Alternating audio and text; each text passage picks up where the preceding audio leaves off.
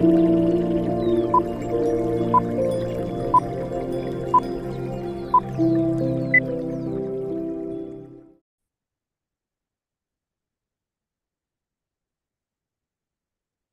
pessoal. Boa noite. Tudo bem com vocês? Eu sou Mariane Martins, trabalhadora do Grupo de Estudos Espíritas Saint-Germain. E hoje eu vou estar iniciando com vocês um novo estudo, tá? Eu até estou compartilhando minha tela agora, estava ajustando aqui. Vou começar um novo estudo com vocês agora sobre o livro Mentes Depressivas, tá? Esse livro também é da doutora Ana Beatriz Barbosa Silva e ele faz parte da série de estudos da mente que o Grupo de Estudos Espíritas Saint-Germain compartilha com vocês já há algum tempo. Então, só para dar uma breve introdução, essa série de estudos da mente são livros baseados até o momento, foram todos livros baseados todos estudos baseados em livros dessa escritora, Ana Beatriz, tá? Ana Beatriz é uma psiquiatra, até bastante conhecida pelo grande público, e ela tem uma série de livros que aborda transtornos da mente. E a gente, com base nesse material da doutora Ana Beatriz, a gente está começando o nosso quarto estudo dessa série. Então, primeiro a gente abordou o tema sobre borderline, na sequência, o livro Mentes e Manias, que fala sobre o transtorno obsessivo compulsivo. Na sequência, a gente abordou o tema de ansiedade, e agora a gente está começando esse quarto material que vai falar sobre a depressão. Tá? Assim como aconteceu nos outros, essas nossas conversas, esses nossos estudos, eles são divulgados, tá, no canal do GRESG toda última quinta-feira do mês. E a nossa expectativa é que a duração desses encontros sejam aproximadamente 7 encontros, ou seja, 7 meses. E aí eu tô botando aqui aproximadamente, tá, gente? Porque mais do que a velocidade de terminar esse material, terminar a conversa sobre esse material, é a gente realmente analisar o que que a gente precisa trazer, de repente alguma informação complementar, de uma forma que a aula não fique, de repente, muito extensa, mas que a gente consiga abordar esses temas com cuidado, né? A depressão é um tema cada vez mais presente no nosso cotidiano, na nossa sociedade, então a gente entender um pouquinho melhor. Então, mais do que essa velocidade do término, a gente está preocupado em ter um material que seja bacana. E eu já começo reforçando aquilo que eu digo sempre para vocês, tá? Isso aqui não tem a pretensão de ser algo que substitua um livro, então eu recomendo fortemente a leitura do livro que traz outras referências e deixo isso daqui, outras referências mais aprofundadas, né? Referências da doutora Ana Beatriz, mas com detalhamento muito maior do que eu consigo trazer para cá, e deixo aberto também para uma troca, para comentários, dúvidas, experiências. Complementações, então fiquem bem à vontade, tá? É super bem-vindo.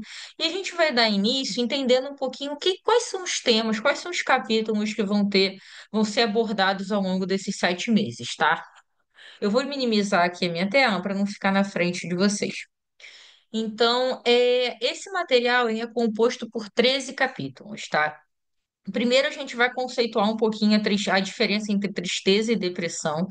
Depois, a gente vai passar para uma perspectiva de entendimento da depressão como uma epidemia moderna, por que que isso está tão frequente no mundo atual, na nossa sociedade atual, como essa depressão se apresenta em diferentes aspectos. Quais são as causas? Como é que ela se manifesta na idade infanto-juvenil? Como ela se manifesta ali na terceira idade? Se tem alguma questão particular do público feminino, quais outras doenças a depressão muitas vezes está associada, por vezes é até confundida? Como é que aí a gente entra num bloco que fala um pouco mais de recuperação, de tratamento. Então a gente tem dois capítulos, um focado na estratégia de recuperação e nos tratamentos dos transtornos depressivos. Depois a gente entra aqui numa parte de espiritualidade. É importante lembrar que apesar desse estudo ser focado na ciência, ciência e religião, sim, muitas vezes andam juntas. A ideia é que andem juntas, de fato, inclusive esse é um dos pilares da doutrina espírita. E aí a gente tem nesse material também um viés da espiritualidade, a relação, como é que é essa relação entre depressão e espiritualidade, aborda um pouco a temática do suicídio.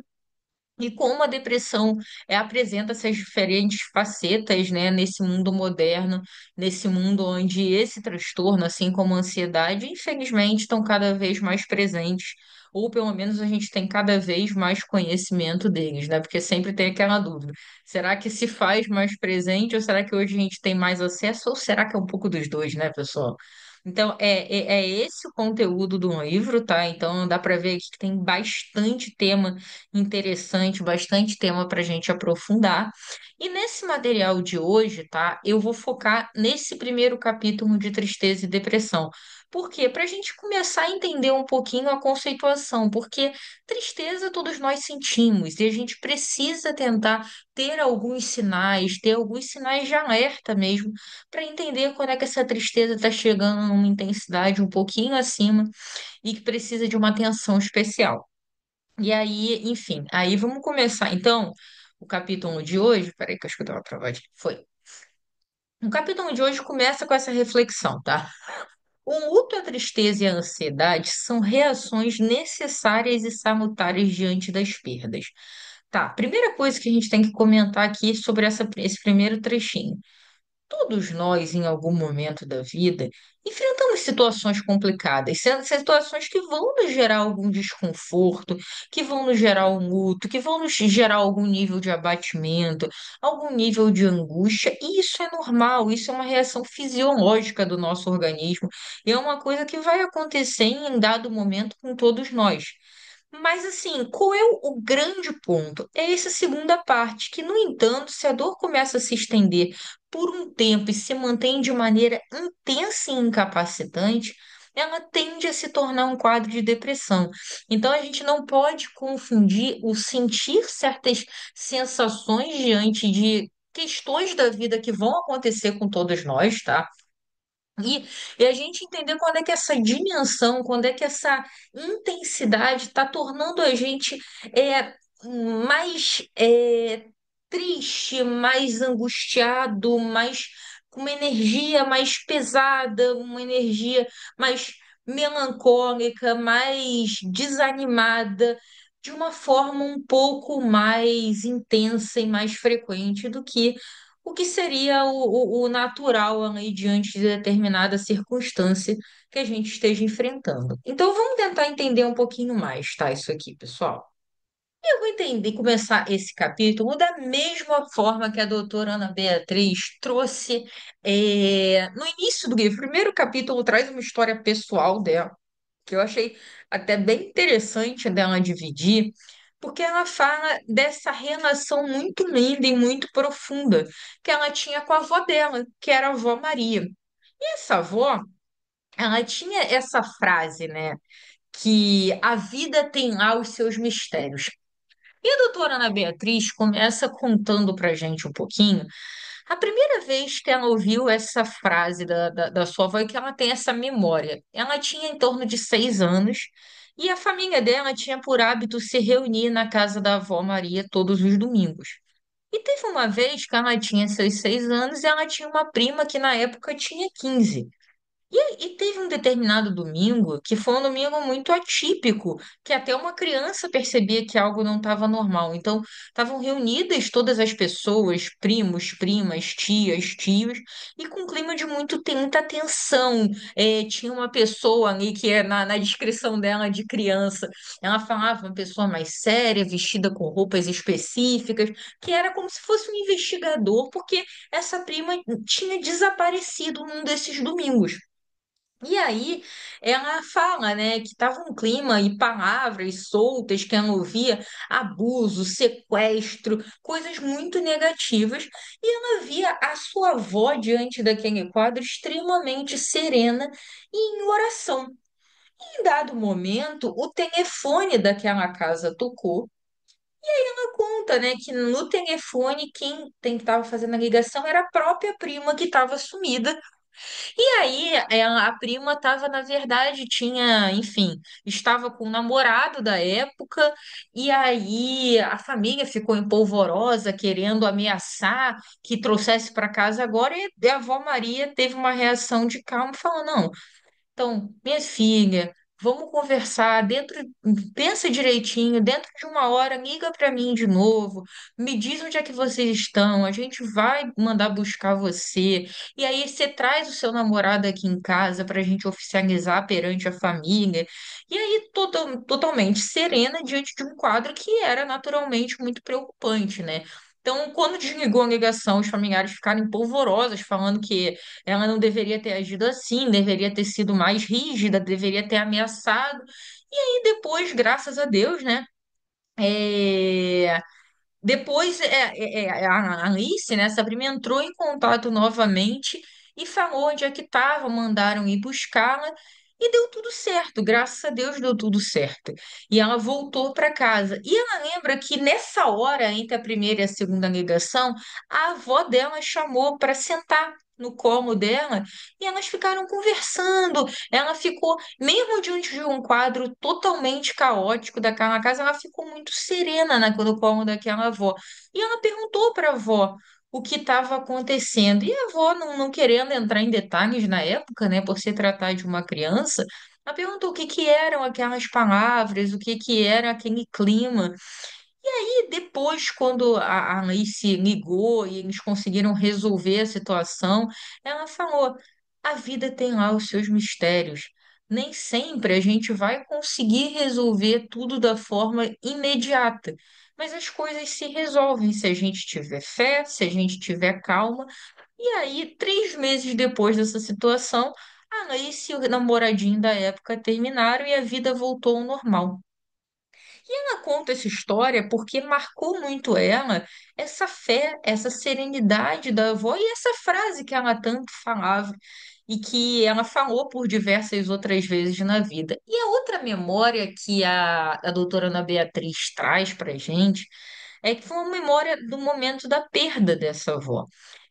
Isso aconteceu mais ou menos 3 anos depois, ela estava às vésperas do aniversário de 9 anos.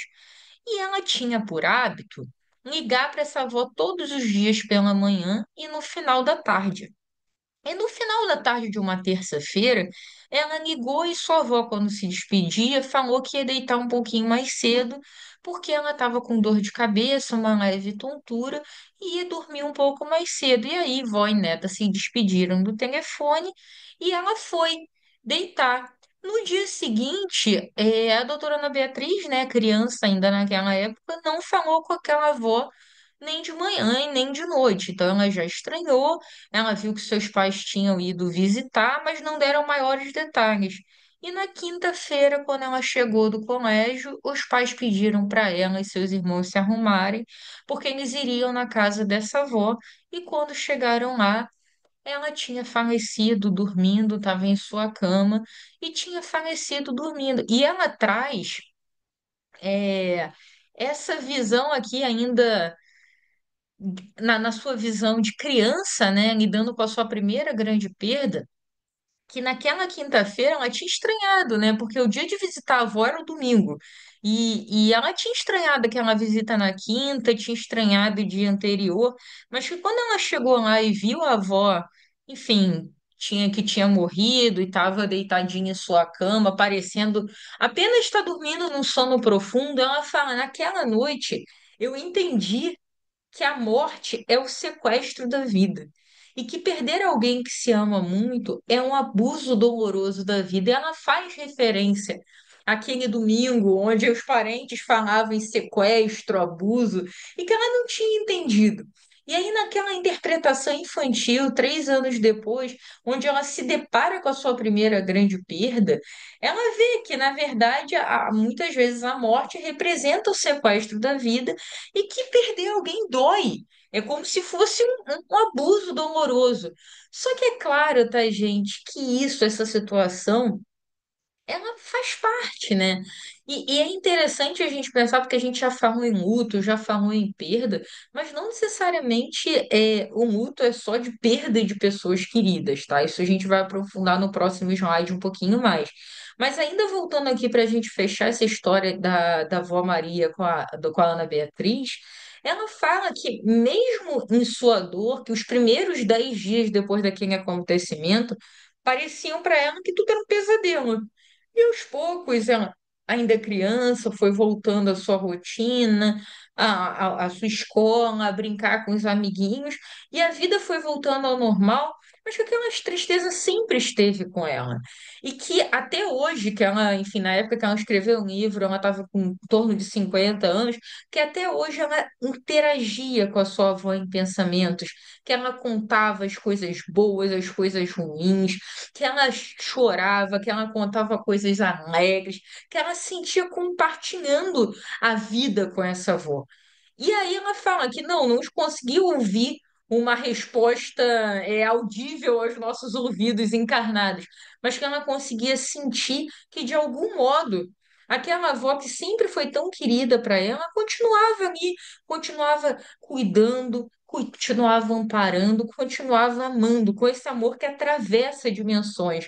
Então ela falou que ao longo do tempo ela entendeu que a vida sempre trouxe para ela as respostas que ela direcionava. Nos momentos de dúvida, nos momentos de angústia, a vida sempre trouxe essas respostas. E por mais que não fosse diretamente através da avó, ela sentia que essa presença, esse amparo estava ali com ela sempre. Então ela entendia que, mais uma vez, a vida tem lá os seus mistérios. E mesmo as pessoas que nos são muito queridas, que nos fazem muita falta, os verdadeiros amores atravessam dimensões. As conexões que a gente cria com quem a gente ama não se interrompem com o final da vida encarnada. A gente pode sim, e é natural que se tenha um afastamento temporário, mas isso não significa uma perda de alma, uma perda de conexão. E no devido tempo, nos devidos papéis, a gente está falando aqui também de uma doutrina espírita, a gente acredita no processo encarnatório. Então, assim, no devido tempo, essas conexões se reencontram ao longo das jornadas da vida. E aí, a partir dessa história, a doutora Ana Beatriz fala um pouquinho sobre o processo de luto, né? E é interessante que eu estava até começando a comentar agora há pouco. O luto, ele não se refere apenas à morte de alguém querido. Muitas vezes o processo de um luto, ele é fruto de alguma grande expectativa ou alguma grande conexão que se tem com algo e com alguém, e que de repente a gente não tem mais esse acesso, não tem mais essa possibilidade. Então, o processo de luto, sim, muitas vezes vem com desencarne de alguém que a gente ama, mas também às vezes vem com alguma limitação física que a gente não tinha e passe a ter, por exemplo, fruto de alguma doença, de algum acidente. Pode ser em relação à nossa vida profissional, pode ser em relação a alguma amizade que nos era muito querida e de repente houve um afastamento ou houve uma mudança de cidade, de país. Então, o processo de luto ele pode estar associado a muitas coisas, mas ele é uma reação típica após a perda que você passe pelo processo de luto com uma primeira etapa de negação. Então, a negação é uma reação típica após a perda. Então, muitas vezes essa sensação que a doutora Ana Beatriz relatou lá da perda da avó, de parecer que nos 10 primeiros dias, no caso dela, ela estava vivendo um pesadelo. Isso muitas vezes acontece. É complicado de separar a realidade do que é, enfim, do que de fato aconteceu e do que a gente quer que não seja real. Então, tem a sensação que você está num estado de entorpecimento, que aquilo não está acontecendo de verdade, e muitas vezes você se vê seguir da sua rotina de forma automatizada.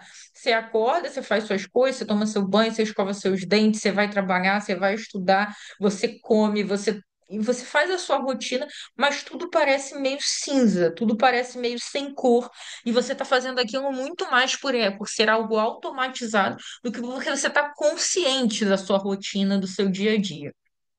E aí, ao longo do tempo, você passa por uma nova etapa do processo de um luto que tem a ver com a adaptação, que muitas vezes você já não está tão automatizado, você está retomando o seu cotidiano consciente daquele cotidiano, mas muitas vezes você está apresentando sintomas depressivos. Então, às vezes o seu sono está desregulado, às vezes seu apetite está desregulado, às vezes você tem mais alterações de humor, mais abatimento. Então, você ainda está naquela fase de se adaptar, e dependendo das circunstâncias, você pode também ter algum nível de envolvimento com grupos que buscam justiça, mudança social. Às vezes, por exemplo, quando aquela perda está associada a algum acidente trágico, alguma violência, e aí muitas vezes você se engaja nisso, em defender a causa, em evitar que outras pessoas passem por aquela mesma situação. Então, você tem essa característica geral da fase de adaptação, e você tem a terceira etapa do processo de luto, que muitas vezes vem associada à aceitação. Que a aceitação do que aconteceu não é necessariamente a ausência de dor. Pelo contrário, a Ana Beatriz fala, né, que a tristeza convive com ela até hoje. Então, assim, não é que aquela tristeza saia, mas é que você consegue entender aquela situação e ressignificar. É como se ela pegasse e olhasse, e ela fala isso no livro. Dói muito ter tido aquela perda, mas ela consegue olhar para aquela perda e ver que ela foi muito grata por ter tido por 8 anos, 11 meses e alguns dias aquela avó que, mesmo num período tão curto de tempo, teve uma relação tão profunda e com tantos ensinamentos. Então, aquela ausência, aquela dor, aquela tristeza, elas não desaparecem, mas a gente consegue entender e ressignificar essa dor. E aí, gente, nesse processo de luto, tem dois pontos de atenção que eu queria destacar muito aqui para vocês, que funcionam como alertas, tá? Primeiro, é o que eu comecei falando, não necessariamente um luto está relacionado ao desencarne. Muitas vezes está, mas você não sente esse processo de um luto só associado à morte, tá? Então, tem outras situações que isso também é normal de passar, tá? Como os exemplos que eu citei. E o segundo ponto de alerta é que não é possível especificar a duração das etapas do processo para cada pessoa. Então, não é assim, ó, perdi alguém, primeiras 3 semanas vou estar em negação. Nas 4 semanas subsequentes, vou estar me adaptando e no último mês eu vou estar aceitando. Não é assim que funciona. O processo é muito individual, então a gente não consegue especificar qual é a duração exata de um processo de luto, porque vai mudar de pessoa para pessoa. Mas a gente precisa sim estar alerta a alguns sinais que servem como alertas mesmo, de quando de repente aquela tristeza, aquele abatimento, aquela angústia que a gente viu que é natural, que é extremamente comum na vida de nós que estamos no planeta de provas e expiações, que enfrentamos perdas, enfrentamos dificuldades, quando é que esses patamares estão no nível que deve despertar um farolzinho para a gente. Então, sinais de alerta que são colocados são aqui: duração, intensidade, quão incapacitante a dor é. Então, como eu falei, não existe um tempo exato, tá?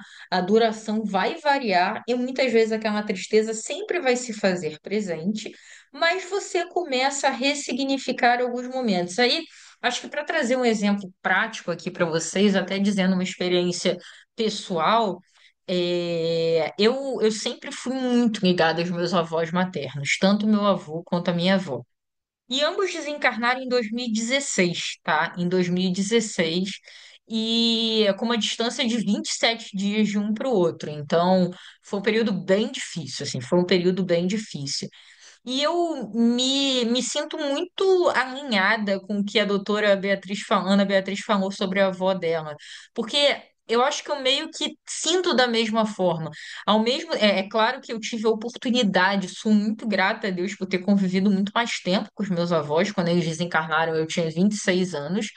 Então, assim, eu tive bastante tempo. E eu costumo falar uma frase que, pelo menos para mim, faz muito sentido, tá, gente? Eu tô até saindo um pouquinho do roteiro. Mas é que assim, você só sente muita falta daquilo que você aproveitou muito. Então, apesar de 2016 ter sido um ano muito difícil, eu tenho tantas memórias com eles, eu tenho tantos momentos de gratidão, eles estão sempre presentes nas minhas lembranças, nas datas comemorativas, em momentos que foram marcantes da minha vida. Então, hoje. Eu choro, tá? Eu choro, às vezes, em época de Natal, em época do aniversário deles, às vezes eu choro, mas na maioria do tempo, o que eu sinto é uma tristeza, sim, mas uma tristeza permeada dessas boas memórias, dessa ressignificação de uma vida que a gente sempre gostaria que fosse mais extensa. Eles viveram uma longa vida, tá? Ambos faleceram com mais de 80 anos. Mas, assim, eu tenho muitas memórias positivas deles. Então, hoje, para mim, é, a tristeza se faz presente especialmente em certas datas e ocasiões, mas no cotidiano eles sempre vão fazer falta.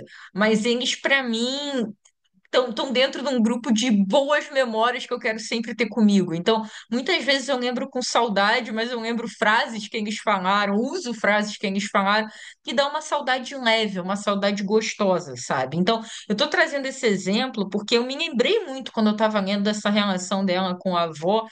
E me remeteu muito à minha relação com os meus avós. E isso, voltando aqui, tá?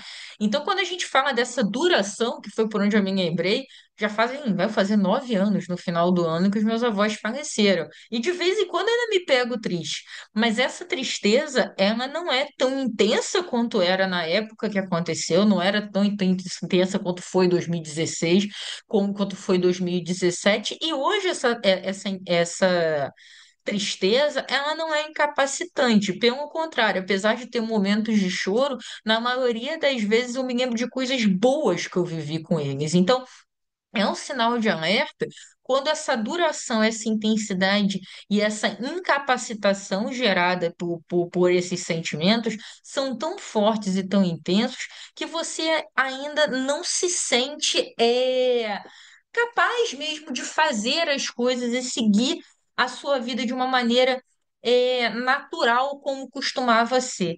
Então, esses sintomas, aquilo que eu falei, né? Às vezes sintomas de distúrbio de sono, de sintoma de perda ou excesso de apetite, que às vezes pode ser uma válvula de escape, às vezes a questão da irritabilidade ou da desmotivação, do desânimo. Às vezes esses sintomas estão tão intensos que começam a afetar aspectos diversos da vida, seja esses aspectos familiares, profissionais, sociais, não quer sair de casa, se isola. Então, são sinais de alerta. E essa sensação da autoestima da pessoa está muito afetada, que é uma sensação constante de que nada nunca mais vai ser bom, que esse céu cinza nunca mais vai ser colorido, nunca mais vai ser azul, que o sol nunca vai voltar a brilhar, a pessoa se sente perdida, incapaz de tomar decisões acertadas, sente como se a vida nunca mais fosse ter mais graça. Então, assim, esses sinais são sinais de alerta, que entra no que a gente comentou agora há pouco, né? Essa sensação de que nada de bom vai voltar a acontecer é uma sensação muito incapacitante. Por isso que é um sinal de alerta muito grande, porque realmente você conviver com essa sensação de modo constante, ela é uma coisa muito negativa para os nossos, e para nossa energia, para os nossos pensamentos e vai debilitando consequentemente o nosso organismo. E quando a gente tem esses sinais de alerta, tá, pessoal? Então, agora eu vou falar pela primeira vez, algo que vocês vão me ouvir falar muitas vezes ao longo do estudo, assim como foi nos livros anteriores. É importante buscar tratamento, é importante buscar acompanhamento especializado. Então, a gente vai ter capítulos voltados especificamente para isso, mas a grande mensagem aqui desse capítulo introdutório é: tristeza é comum, todos nós sentimos, mas a gente precisa se atentar aos sinais de alerta quando isso está evoluindo para um quadro depressivo, para que a gente consiga atuar, a gente consiga acionar nossa rede de apoio, acionar tratamentos especializados antes que a situação se agrave e debilite mais seriamente nossa mente, o nosso corpo e a nossa vida de modo geral. Tá? Então é isso que é o nosso estudo de hoje, a nossa conversa de hoje, e reforço aqui o que que a gente vai estar abordando na próxima aula? Na próxima aula, a gente vai ver a depressão enquanto epidemia moderna e quais são as diversas faces que a depressão se apresenta.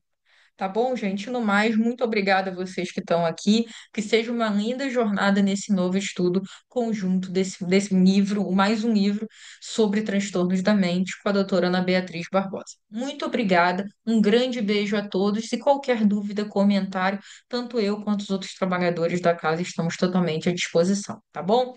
Um grande beijo para todos. Tchau, tchau.